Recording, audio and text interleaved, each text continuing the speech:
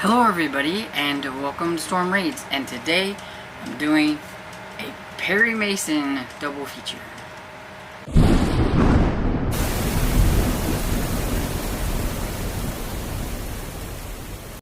So like I try to do with a lot of these older books that I review, I do like to kind of give like a little overview of the author. And so I am going to be taking this from Wikipedia, so take it with a grain of salt because I don't know if it's correct or not. I didn't go into like any kind of deep dive on the author. I just wanted to know a little bit about him. So it says that Gardner was born in 1889, and in 1909 he enrolled into a law school in Indiana. I can't pronounce it and I'm not going to try. But it says he was suspended after approximately 1 month when his interest in boxing became a distraction. But he returned to California to pursue his legal education on his own and passed the California State Bar exam in 1911. Gardner started his legal career by working as a typist in a law firm in California for 3 years. Once he was admitted to the bar, he started working as a trial lawyer by defending impoverished people, particularly the Chinese and Mexican immigrants. The experience led to the founding of the Court of Last Resorts in 1940s.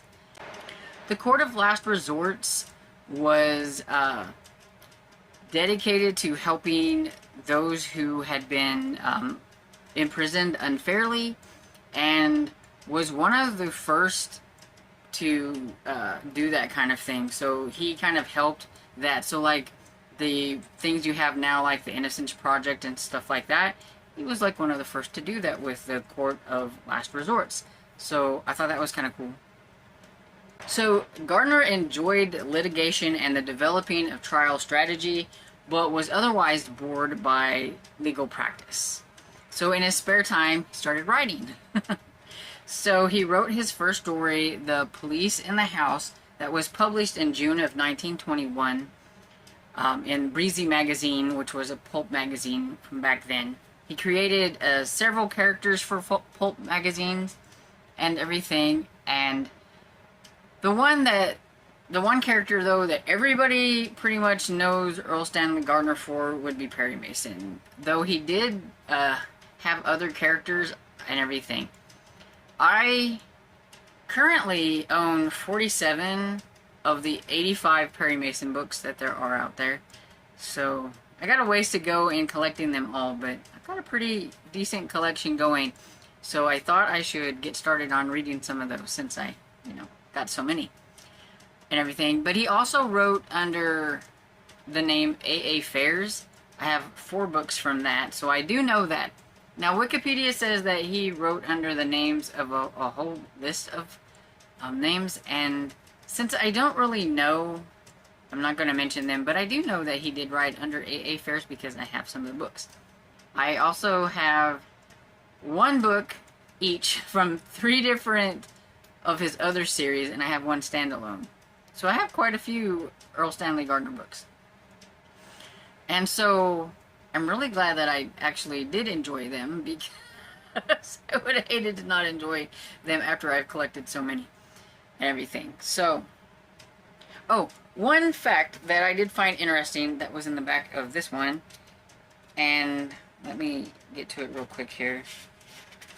They have a little information about Earl Stanley Gardner in the back of this one, but it does say that in at least 1 authenticated case, a Gardner mystery gave a state attorney the tip which resulted in the conviction of a murderer.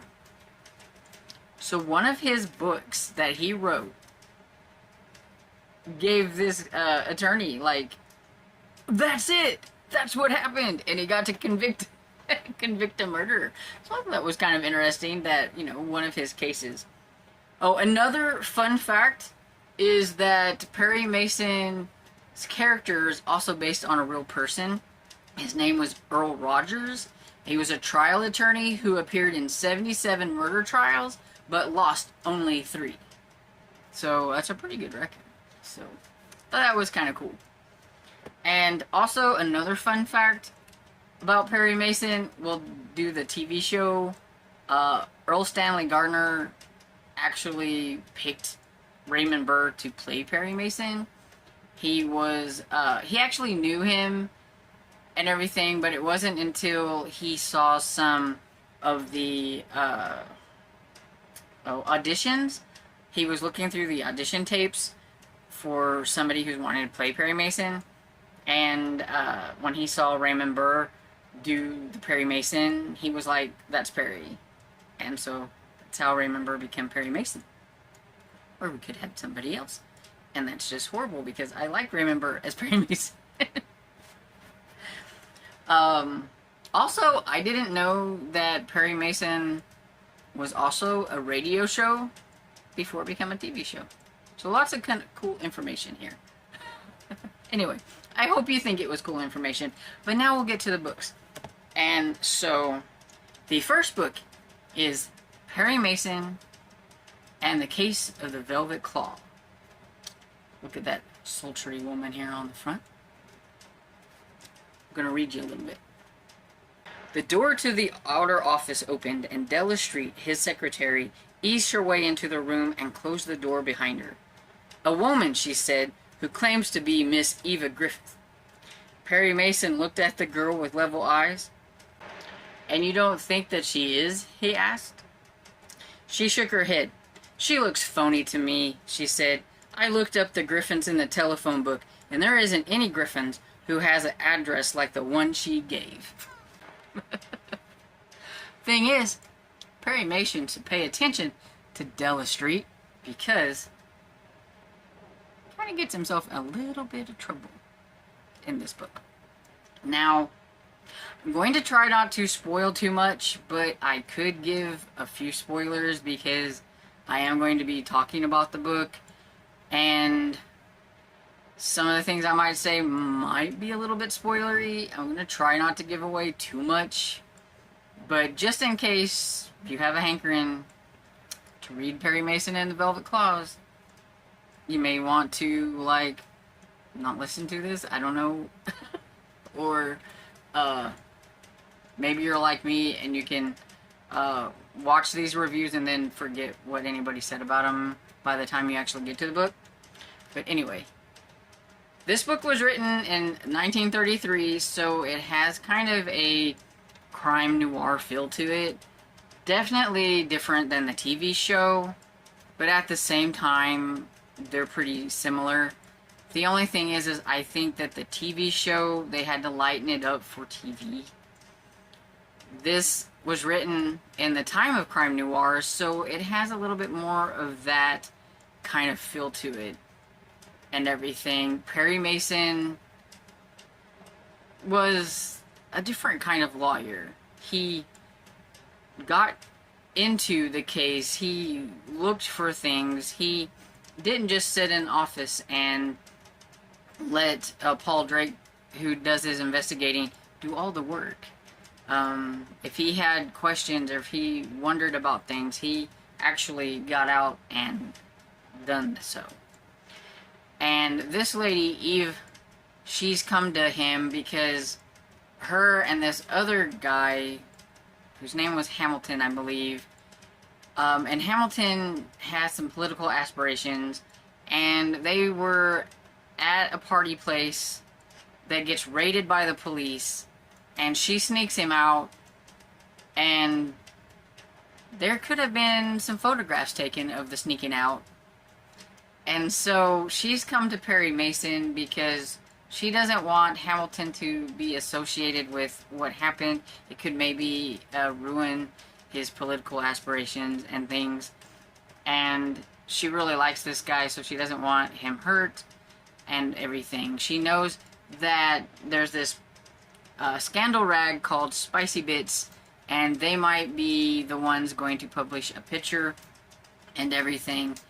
And she wants Perry Mason to give this guy, I think his name was Frank, blackmail money to not post the picture. And Perry, he's kind of like, I don't do blackmail. Well, He does. That's why I said it's a little different.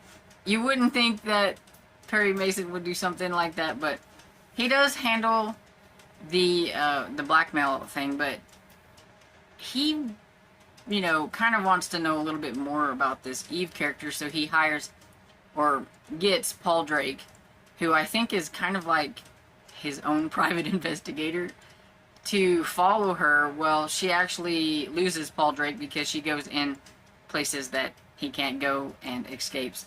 So she must have thought somebody might follow her around and everything. So she's not dumb. But he finds out from this Frank character with the spicy bits that, see, Frank doesn't own the place. There's another guy that owns it. And he goes to that guy's house. And while he's talking to him about how if he doesn't want these legal ramifications, he shouldn't do this and everything. Guess who's there?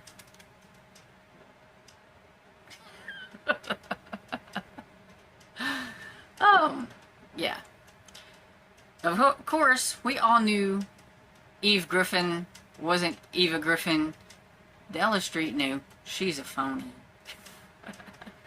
And everything. And she's married, and so that's kind of one of the reasons why she doesn't want, you know, this to happen with this Hamilton guy, because him being seen with a married woman and all these kind of things, it could cause quite a scandal and everything. So, of course, Perry's in the middle of all this now. And then, of course, we have the murder. And, spoilers, the murderer is her husband. Okay, so who done it? Was it her? Was it Hamilton? Or was there somebody else that might have wanted him dead? He has I think it was a nephew that could inherit. And see, there's, you know, there's people. She looks very, very guilty. And he is a defense attorney, so he is going to look into things and find out. But she turns the tables on him a bit and accuses him of some things. And I'm trying to not say it so that I'm not spoiling too much. But anyway, needless to say, he should have listened to Della Street, because she knew he was a phony and that girl was trouble. And everything. And I found it pretty interesting. I thought it packed a good lot into a small book. This is only 193 pages. It is rather small. It's about the size of my hand. These are pocketbooks for a reason. You can slip them easily into like the back pocket of your jeans or whatever and everything. So, yeah. I enjoyed it. I give this book 4 stars. I thought it was pretty solid. It kind of surprised me, I guess, that I liked it as much as I did. I wasn't sure going into it. I didn't have a clue. I mean, I've seen Perry Mason on TV before, but I also know that TV shows and books are different. And I will say, at the start, it kind of threw me off a little bit because of the fact that this Perry Mason is a little grittier and everything. So I had to just sit back and think. This was written in 1933. It's going to be a little grittier because of the time when like crime noir and things like that were happening.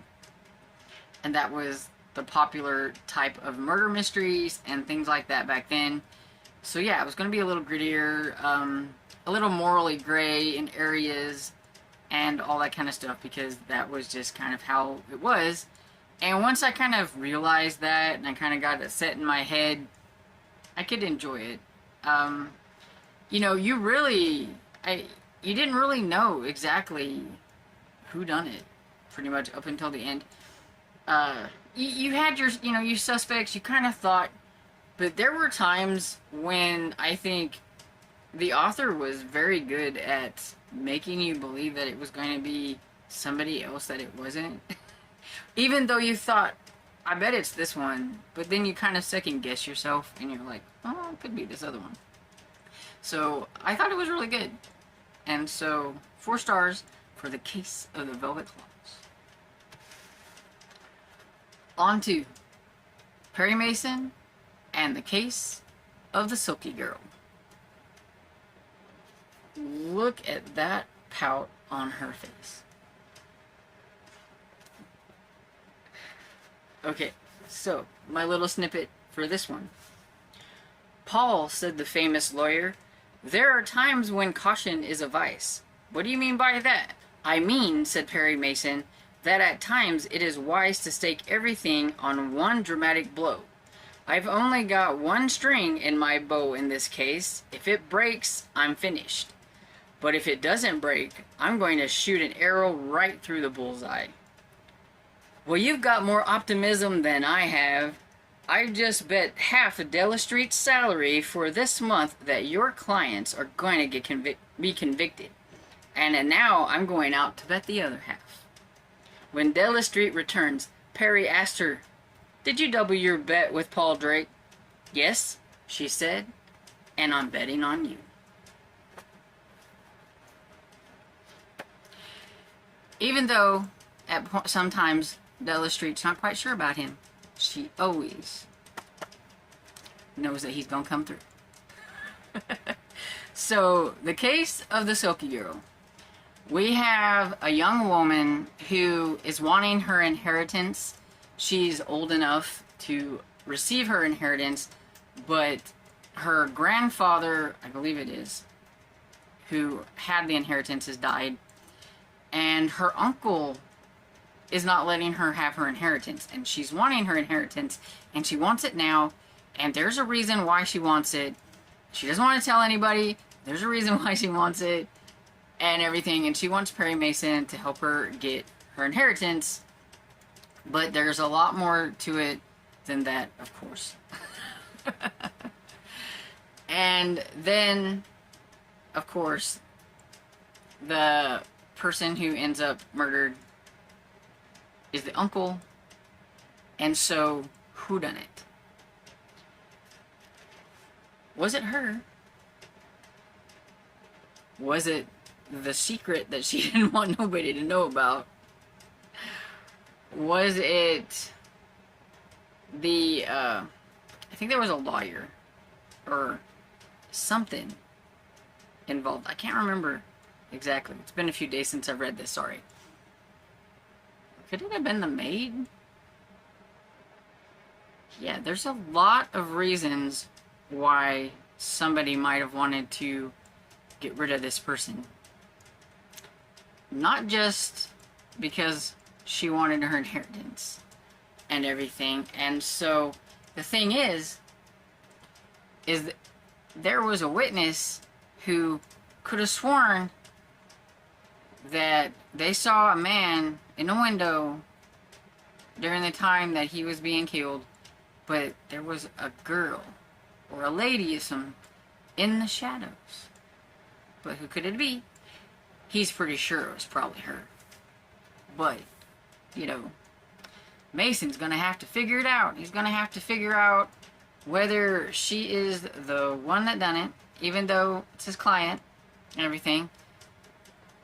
She's lying to him. She's not telling him the whole truth. She's not telling him about this certain someone and everything. And the real reason why she's wanting the money all of a sudden, and she doesn't want other people to know about. There could be some blackmail involved. Could be this maid has some information. All these things involved.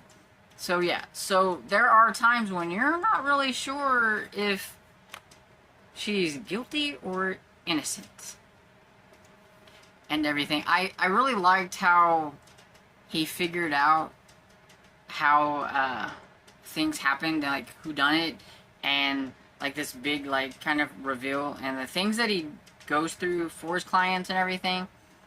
He does a lot of like sleuthing, and I don't know, we call it play acting, I guess. Like he made them reenact certain things to see if the person who said he saw what he saw really did. Did this person who thought they heard a voice, because I think that was part of it, did he really hear this person, or was it this other person? Or making it, you know, it's got to be reasonable doubt. And there, you know, to like get the jury to say guilty or innocent type thing, and or to make somebody on the witness stand be like, you know, now I'm not sure. And everything. So I really enjoyed this one as well. I gave this one 4 stars as well. I thought they were both very good.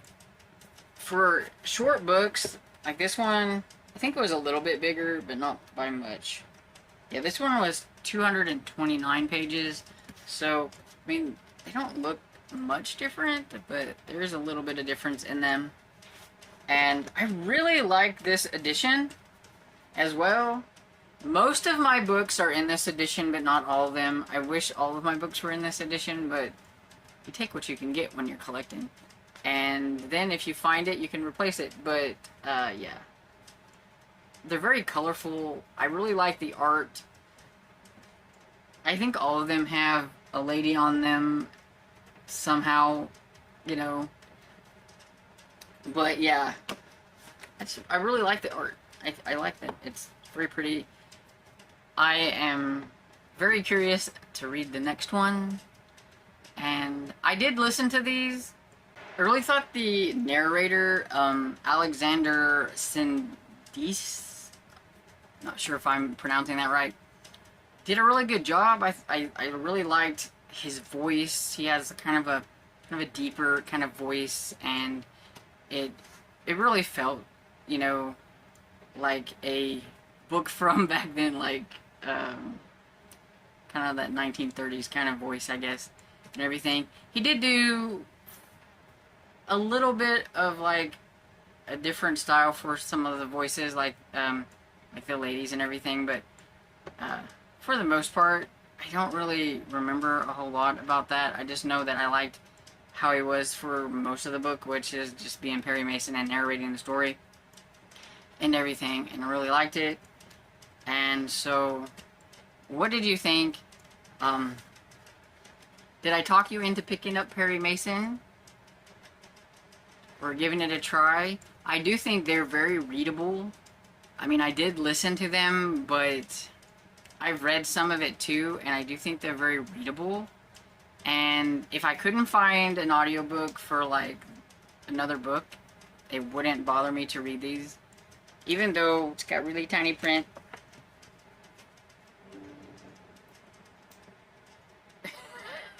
I did find them that they are readable in the right light. Okay, so I'm rambling now, but let me know, what did you think of my reviews of Perry Mason? Did I talk you into reading Perry Mason? Or did you just find it interesting? Let me know down in the comments, and I hope you enjoyed this video, and if you did, please give it a thumbs up and subscribe, and I will see you in the next video. Bye!